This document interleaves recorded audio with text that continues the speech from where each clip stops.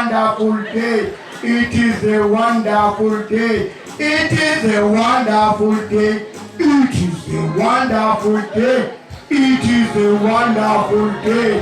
It is a wonderful day. It is a wonderful day. Wonderful day. Wonderful day. Wonderful day. Ah, wonderful day. It is a wonderful day. Aye. Wonderful day. Wonderful day. Aye. Wonderful day. Aye. Wonderful day.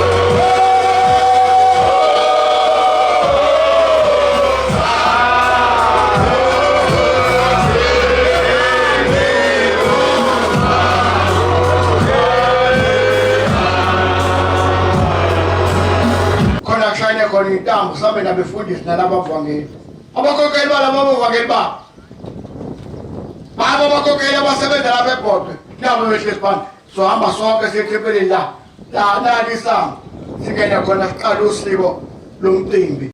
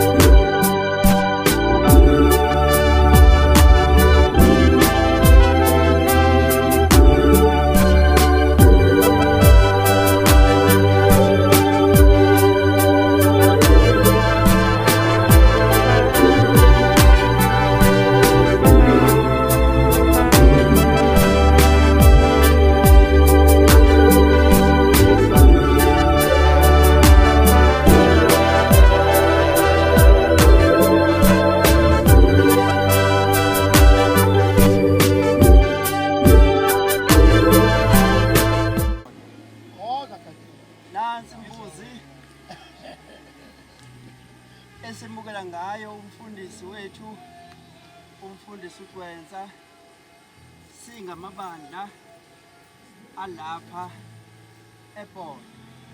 Amen. Amen. Amen.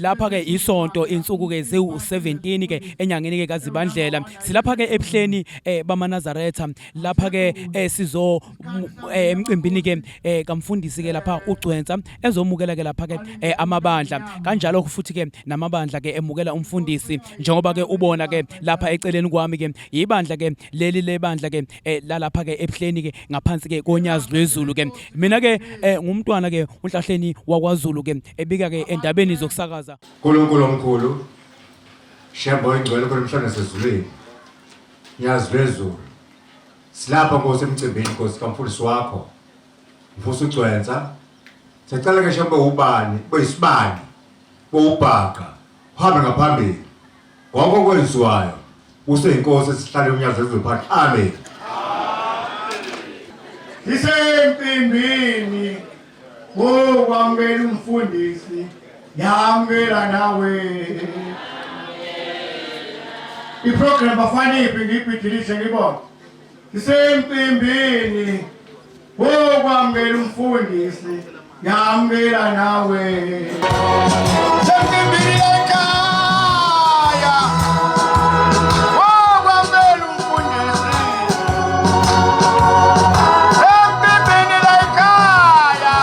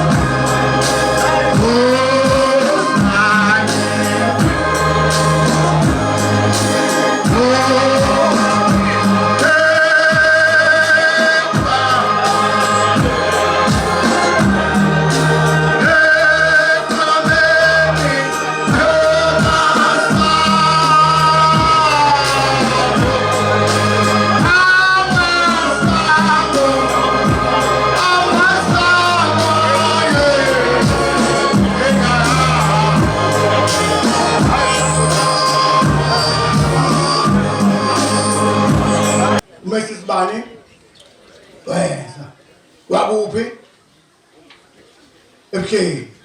Ake simsheleni isihloko.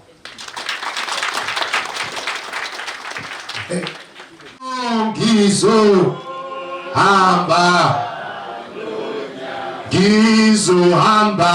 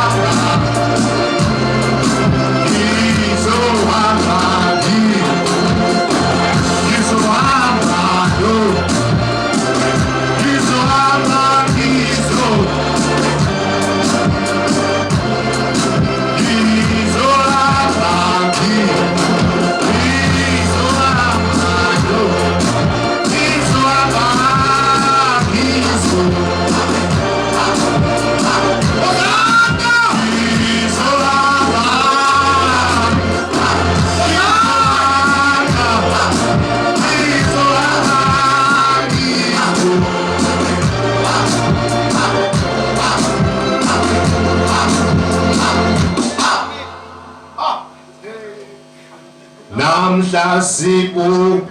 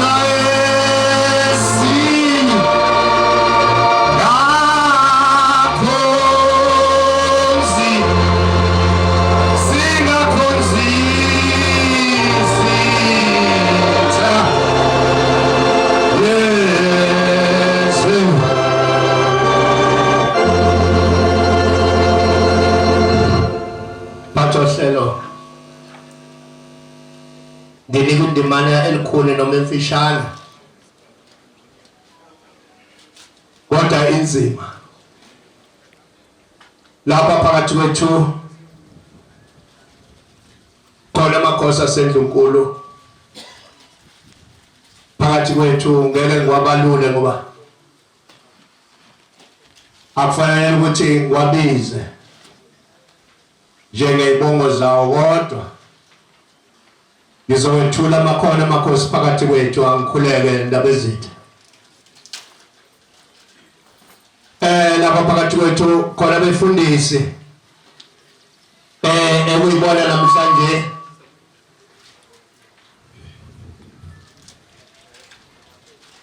abashada nebandla khona lapha ekhaya namhlanje siyababona bakhona omagodo omagotshana bonke baphelele impelesi kuyaganwa siyabemukela lapha phakathi komuzi wasebuhleni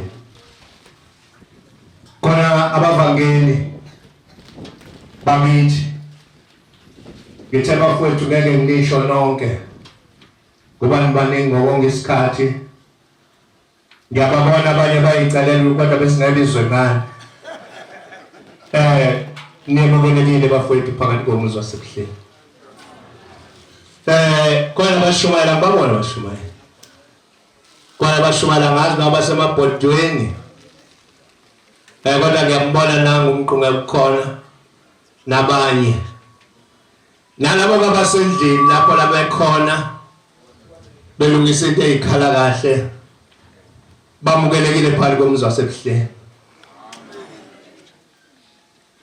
khona nomama bakhokheli laba yabehlezi ngale okapteni ngale komama bakhona nabe beyilungisa ngishuthe boma ngishuthe sike sibone lapha ebuhleni uthi ulandela umakoti uthi mhlambe ke esontweni yambona usethe usiyayishuta namukelekile ke kakhulu boma bami lapha phakathi komuzi wasebuhleni ngizwile ke ukuthi lapha phakathi komuzi khona ithunywa ezikhona ezithunywa undunankulu waKwaZulu Natal nazo zikhona lapha kwethu namukelekile abantu kwethu lapha phakathi komuzi wasebuhleni basilapha nje ngifike ngabantwana benkosi inhloso yokuba khona lapha ubaba Mfundisi Ugcwensa wamukela amabandla ayibongosi namabandla ayemamukela kwenziwa njalo abantwana benkosi lapha ekhaya ukuze ibandla likwazi la lize likwazi nangalo bengakantsheli ukuthi mina ngiyanithanda kulonke ke lokho ngiyanithanda amen ngithanda ngalolu thando lwalove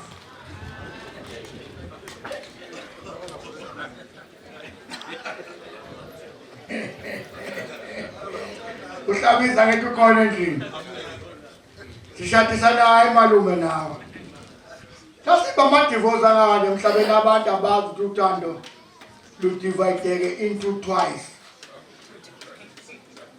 angifundile kodwa ngiyakhuluma nje ukhona uthando lokwa F love khona uthando lakwa P love labo bhuti abasemumva ningade 50 rand ibona bayakhuluma lapha olokwa F love ufe love inkosikazi mayigana noma makoti egana athi noma ngadaba ngiyamthanda noma nganamansense ngiyamthanda noma ngalala embhedeni neqathulo ngiyamthanda sithi ngiyamthanda Nkosi uyampretenda umthanda ngokusunjani usumbona awulungwane usofikile nawe usulapha ngangwane uthanda wapretendini ulibona ngangwane omunye egula ngangwane egula lo munye awusayo umbona ngoba kavele ubumpretenda okhuluma lapha ngikhuluma kahle phambi kwamakhosi okhoda akakhuluma emhlabeni kodwa manje you can't talk like that because ngoba all right angifuni niporeke mina leli bandla ubaba noma bashadiswa ilanga emqokolweni amen nikhona ngiyaqala kuleli bandla ukuthi kuthiwe kumukelwa umfundisi wasebuhleni umlando ofana ukuthi ugcwele umlando lofana nengubo abashumayeli ingubo abashumayeli umlando kuleli bani sizovuma nini unyazi ukuthi uNkulunkulu akangena uhlabisa uzokhulumela abefundisi uhlabisa waza ngoje uhlalo abefundisi lo akayonto ukuganga mthatha kancane uhlalo abefundisi amen nandi elizwi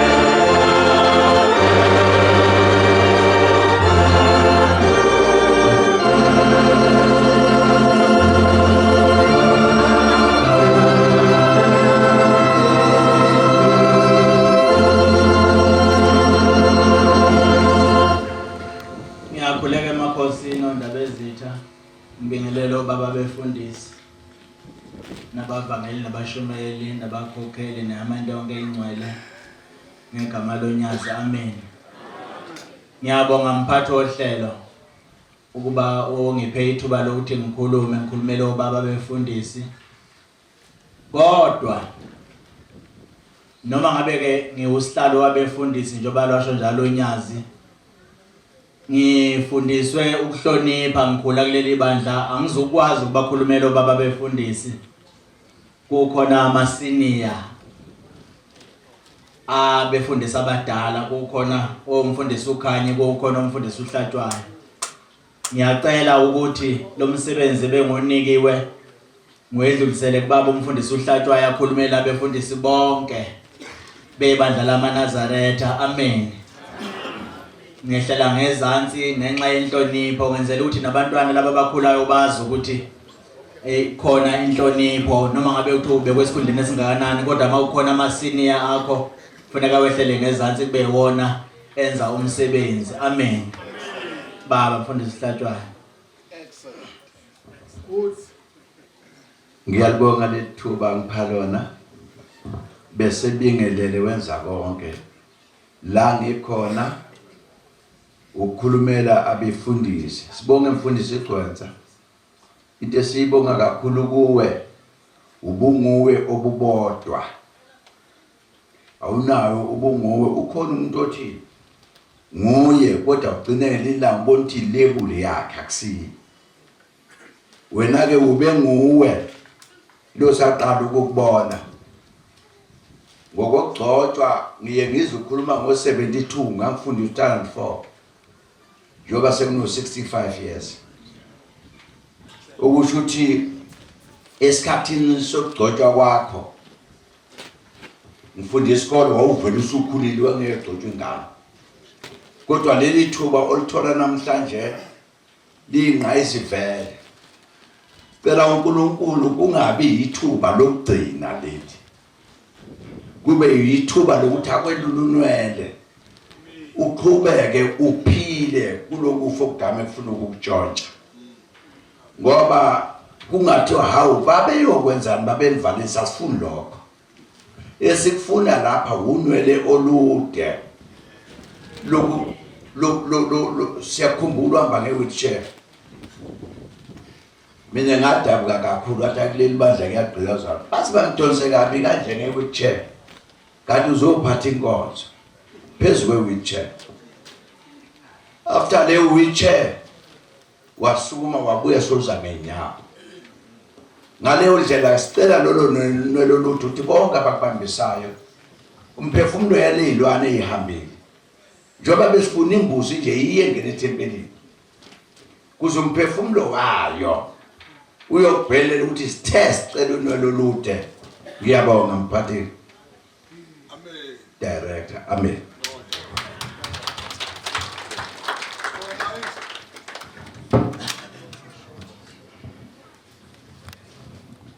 Angibonge. Kukhona sebengifonele makhosi asendukuthi ngiyakhuleka makhosi. Khona sebengifonele ake bathi ungilinda kancane ifoni yakhala yafala ephaketheni wena kazalukazane ezibili sengiyagahla kuyatulula. Iyakhala ifoni yami la ephaketheni khona abantu kodwa ushoza avale ngani. Sijakhethini ukuba umfundisi Ugcwensa imali. Manje bantu bamanjezelwe imakhosi. Amen. Ilungiseni. Ayilungi. Inkinga engikhona umqulusi. Inkosi yasenhle everything. Ungenhle lo uthi bonke lo uthi iveni mali hlonye emakhanda ngolibonda. Kunama VIP akhona are present right now. Athume undunankulu. Angikwazi ke ukumbiza ngegama uzothi udube encube. Amen. Libe ipipe bafana. Libe ipipe bafana. Ngilanga somashe ezulwini. Ngilanga somashe somashe ezulwini ngelinye ilanga somashe ezulwini ngelinye ilanga somashe ezulwini ngelinye ilanga somashe ezulwini ngelinye ilanga somashe ezulwini ngelinye ilanga somashe ezulwini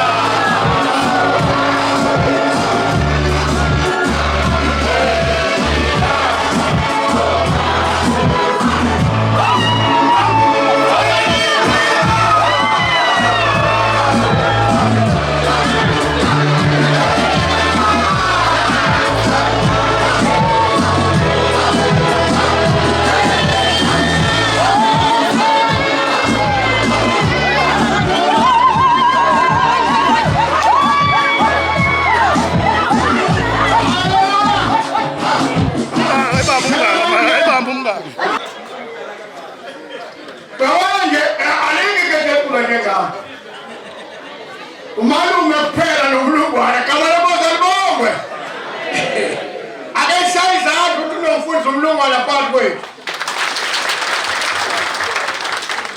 Ake shaye izandla ukuthi lapha phakathi kwethu kunomfundisi ukhanye. Ake shaye izandla ukuthi lapha phakathi kwethu kunomshwari Mbuthuma all the way. Ziphi ngale kuthuna nokho uma la. Ngicela unithulela nje umuntu odrive long distance ngokwanele. All the way from Mpumalanga umshwari Mbuthuma simshayile ihlombe. So Mbuthuma lezi ngane zithi zihalela nokubona kodwa kungaqifi. Amen.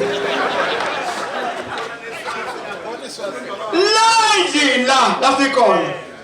Nina ngane fanele imxoxele kahle uPremier ukuthi leli badla leyinkinga kakhulu engabonisana namuntu. Wayidrafta leli badla kunomshwayeli uDlamini ebukhosini bakwaDlamini esilweni sakwaDlamini. Uyangizwa ngithi nakhuluma insango kunomshwayeli uDlamini from Swaziland ST sokwaDlamini babona.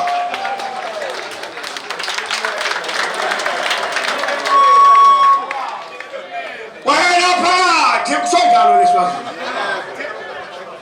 Ngikazi ukuthi ke akekanga une passport yakhe nami ngineyami. Esayidini labavangeli siphakamisa ukubonga kakhulu uma singqongqoza enkulumeni ebekade sixoxa malana nokulungiselela indaba kaMfundisi, sixoxa nabashumayeli. Abashumeli basilalela yenzeka into besifisa uMfundisi agcine ephumelele kuyo.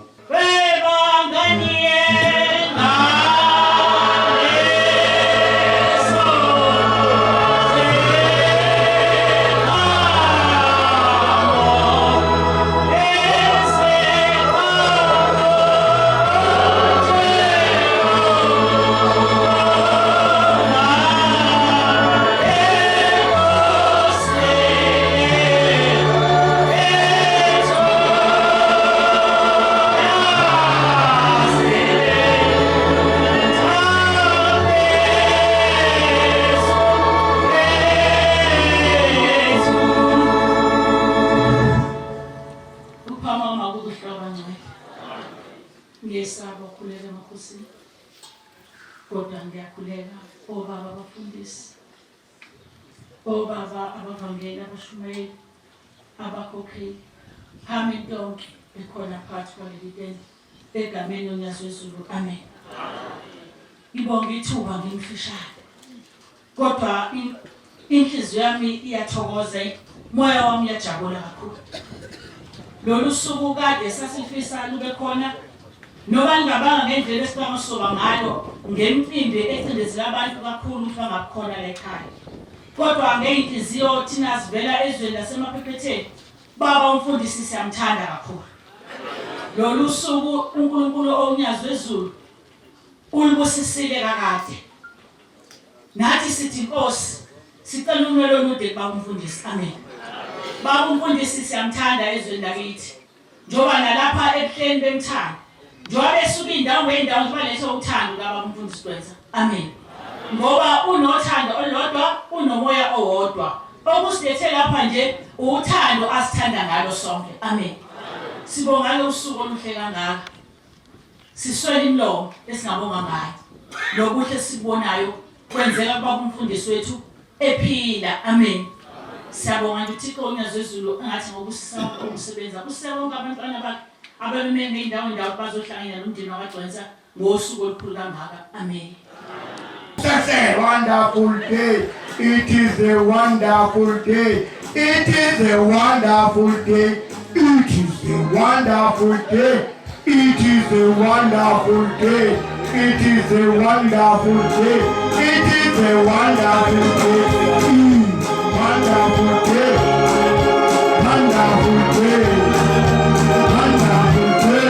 Ah, wonderful day. It is a wonderful day.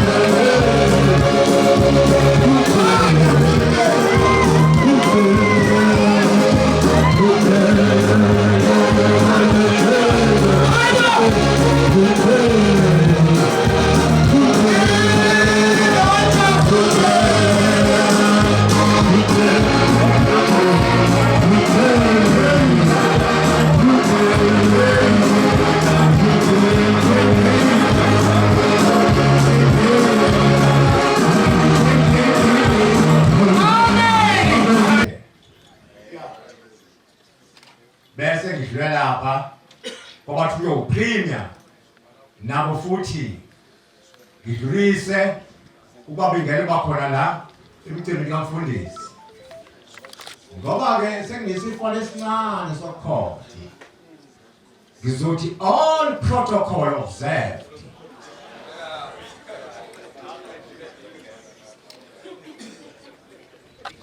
Okokuqala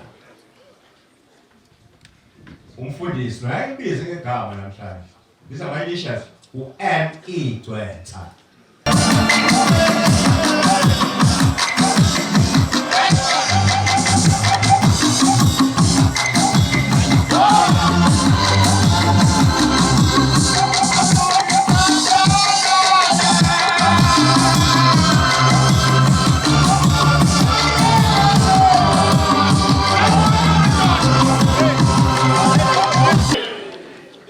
Lolu Tanda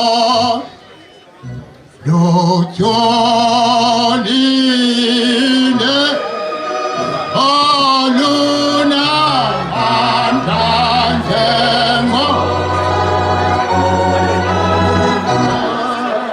Alwadolo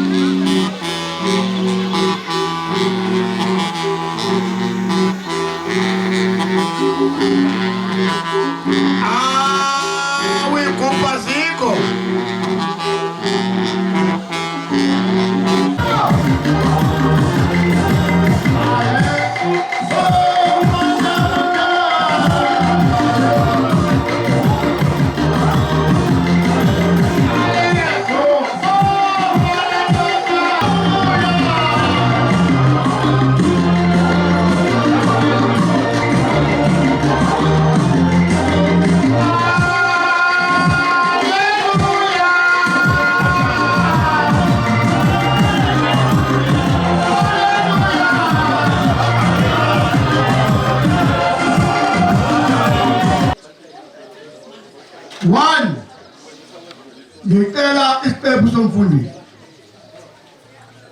sibekwe phambi kwakhe. Ya, sidlale phambi kwakhe. Khani malino amathawula. Abefundisi babona umfasike imfihlo. Aba umfundisi, amen. Igolide ke. Ugcwensa sikubingelele sikwamukele-ke kwibonani promit. Ngiyabingelela kakhulu kwibonani sanibonani. Kafushane nje njengoba kade silapha sibungaza umcimbi kaMfundisi Emamukela Amabandla, mhlambe ke ngesingawe ubone ke umcimbi ukuliphi izinga uhambe kanjani? Angiqale ngidlulisa ukujabula kakhulu ukubona umcimbi ongaka. Mina ke umfundisi uyangizala ngokwenyama, so ukubona abantu abangaka nomcimbi ongaka wenzeka umkhulu noma oyingane zethu noma ubaba ozizalayo kusijabulisa kakhulu. Kuhambe kahle konke ngoba konke kusuka kuqalile ekseni kuze kufika manje sibone konke okufanele kwenzeka ngendlela.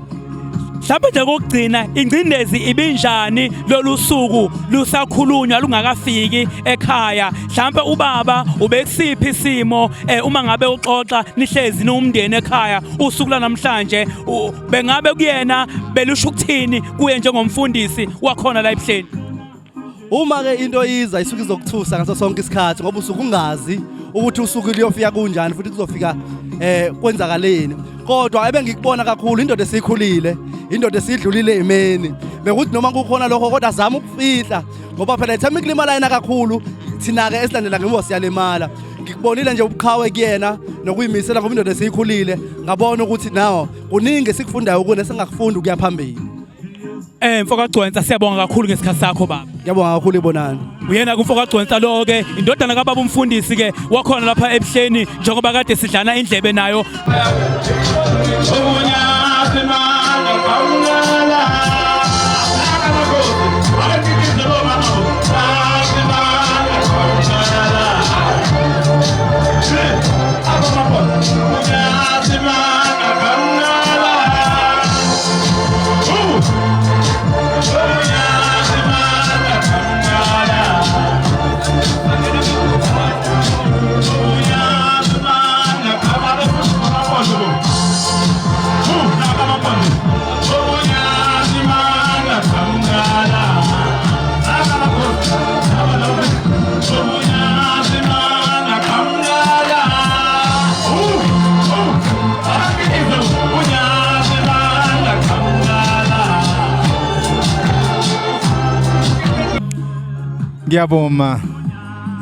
Ngiyaboma kumnandi la.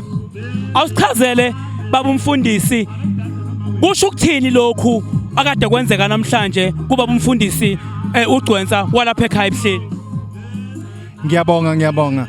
Umfundisi Ugcwensa lokho bekwenzeka la kukhombisa ngokusobala ukuthi namhlanje isikhundla lesi ayesinikiwe sokuba umfundisi sigcwalisekile manje ngoba namabandla athe Mfundisi umfundisi impela siyakuthanda naye wathi bantabami nami ngiyanithanda okuyisibophozelo sasezulwini esikhulu kakhulu kuleli bandla.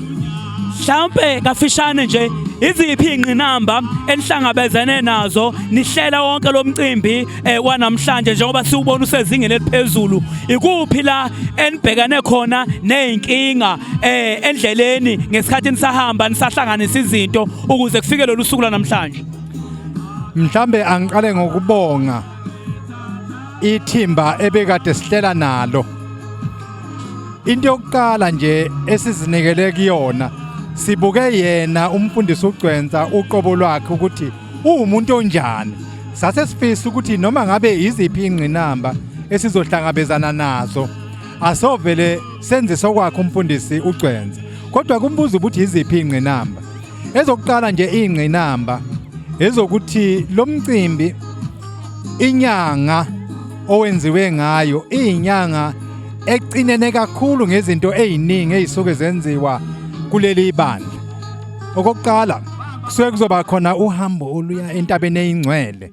Lolu hambo ludinga ukulungiselelwa, ludinga futhi ukuthi sinikele imnikelo wempepho.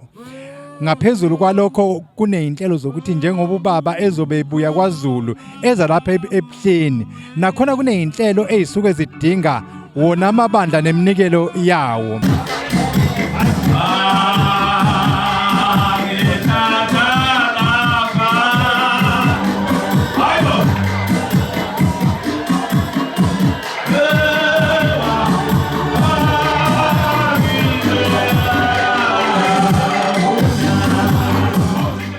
Silana ke insuku zi17 ke kuyisonto kuzibandlela ku2023 lana ke sinobaba ke ungidi ke umfundisi babuhlomuka mhlambe lokhu ke ade size ngakho la emzini wasebuhleni kusho ukuthini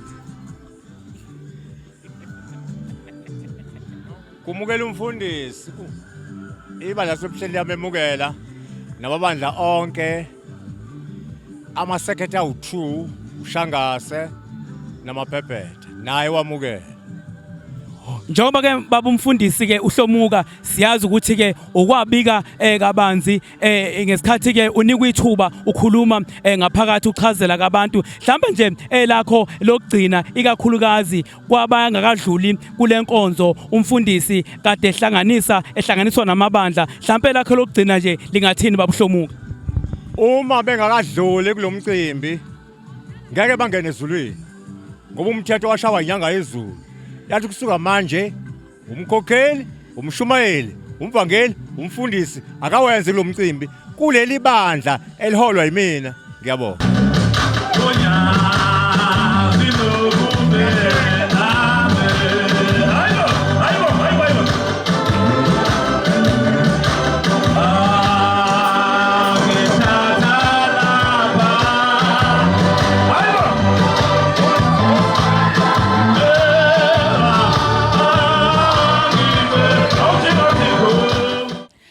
ngifunde nje uthando umfundisi Ugcwensa sikhombise lona ngoba lokugcwala bekungaka nje bekwenziwe uthando asinika lona sisonke. Mhlambe nje kafishane sibonile nihambisa izipho lo mcimbi nina njengoba Ndlunkulu ke sibona izinto ezinhle enizenzela umfundisi nihlele nini lokho ngoba sibona izinto ezimangalisayo enizenzile umhlaba wonke ubuka nihlele nini lokho ukuthi nize nifike kulezi zipho enibone niqhamuka nazo kumfundisi kube njani nje ukuhlangana kwamathempeli. Eqinisweni nje kube yilona uthando lengikhuluma ngalo. Ithemi ikhulunywa le ndaba nje wonke umuntu wavungama wayithuntutha amaphakethe ukuthi ngalo mfundisi wethu nathi ayi ngeke sisale. Siyabonga mkhokheli Ndlunkulu isikhathi sakho sipheso. Bonga kakhulu baba.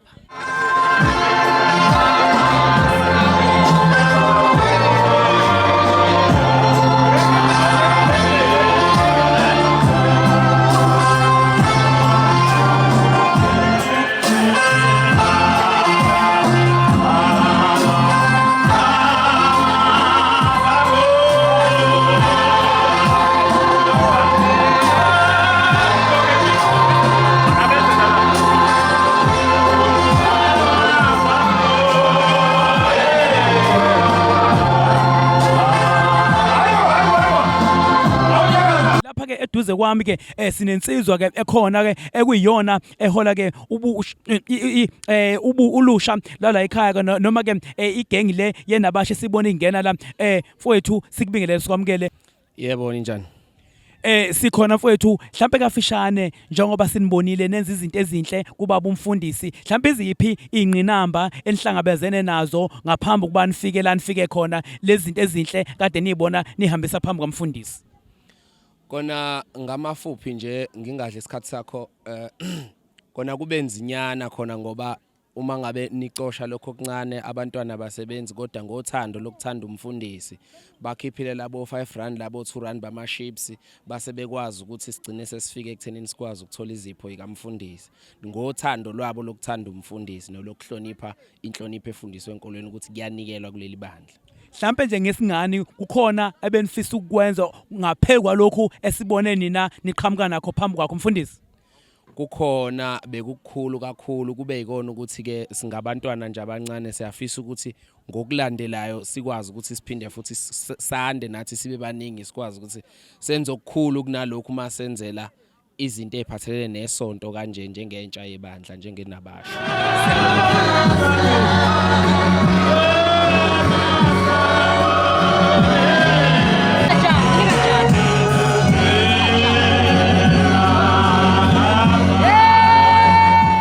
Uhamba nomfundisi uthuli khona ivaluleko wasipha zona wathi njengoba semqaleke nenzela ushembe intente nize ningayeki nangelinye ilanga namhlanje mfundisi leyo msebenzi usaqhubeka luzongena nje unyazi lwezulu makuphuma kazulu lapha kaphezulu kuzobe kukuhle bathi abantwana bayamemukela umfundisi ngaleli jazi abe mude ekhenani ashintshe ijazi azobe egqoke ekuseni emthandazweni oluvuka angaphinde ukuthi umthandazo kulala afake elinye ijazi nanasi isipho abantwana bamupha sona umfundisi.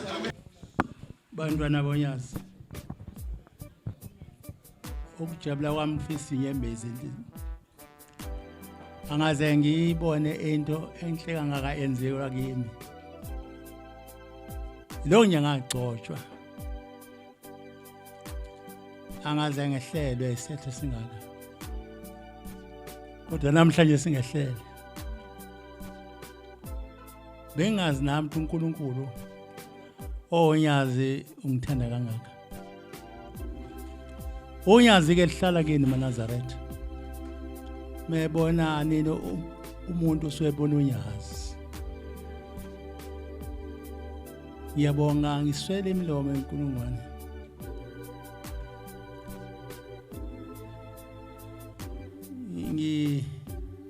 nebese ngilithanda kakhulu ngisakwazi ukuhlabelela sengaguga ke manje ngisakwazi ukuhlabelela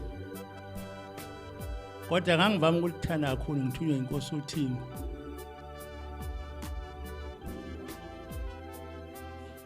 lalithi nje izithelo zoku lunga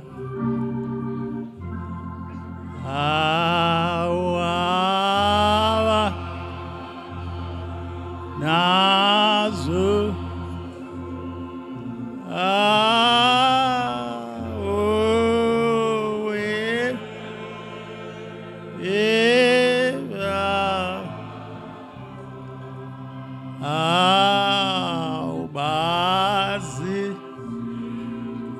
phewe yengu yengosi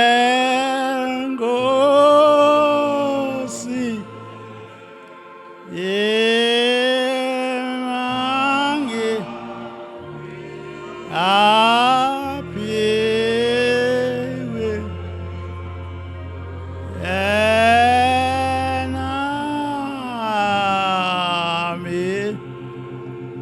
yefu. Leli vesi lelithi ithelo zokulunga abanazo kuwe Nkosi bayiphiwe nguwe. Ilizwe kade ngiyibona kini. Lento beniyenza la ayikho kubantu bonke inamathele kini ngoba niphiwe nina izithelo zokulunga. Ngithi Shembe uNyazi lapha khona ukhona futhi lapha Ebuhleni. Konke benikwenza ukubonile. Ngithi maNazaretha asemhleni nabo bonke abakhona abezile kulomkhosi namhlanje ngababambekile bethanda bangakwazi ukufinyelela uNyazi libabona lapho bekhona. Nani ninibona ngiyazi abanye bazothatha indlela masiphuma la ezinye izobe ihanjwa ngeemoto. Ngicela uShembe uNyazi abo driver lezo moto kungabi khona ezokwenzeka kuzo. Nifike emakhaya niphephile. Nifike uShembe khona enilindile eshanele konke okubi khona emakhayeni. Ngithi ngale mnikelo ongaka ninginike wona. Uma kukhona ukuhlupheka emzineni kuphele. Noma ngabe ukudla kukho kube khona. Zonke izinto uShembe unazo maNazaretha. Ngithi kayilethe kunina abantwana bakaNyazi. Ngiyabonga abantwana bakaNkulunkulu. Ngiyabonga kakhulu. Angiswela imilomo eyinkulungwane okunibonga. Ngithi uShembe angigcinele nini emhla yonke yami yokuphila. Ngilenge nibona njalo nje. Akekho umuntu ongumthanda njengeNazaretha emhlabeni. Umuntu nje iNazaretha noma ngalona eNazaretha umuntu ngiyamthanda mina. Akekho umuntu ngoba akholwa hlama kuyafana nje. Ngibongile insizwa kaMthena athi ikhuluma yeso ephethe imboni yamatekisi. Mayikhuluma iqiniso ngangazi ukuthi mina ngenza kahle kodwa ithi lo mfundisi masifika la sibandlulule. Bengazi ukuthi mina ngenza nje kanti ngenza into uShembe ngiyamdayisa ngiyamthengisa kuba abantu bamthande. Nami ngithi uShembe lokho eningenzele kona namhlanje na kube kukhulu nasempilweni yenu. Ngiyabonga uShembe uNyazi anibusise.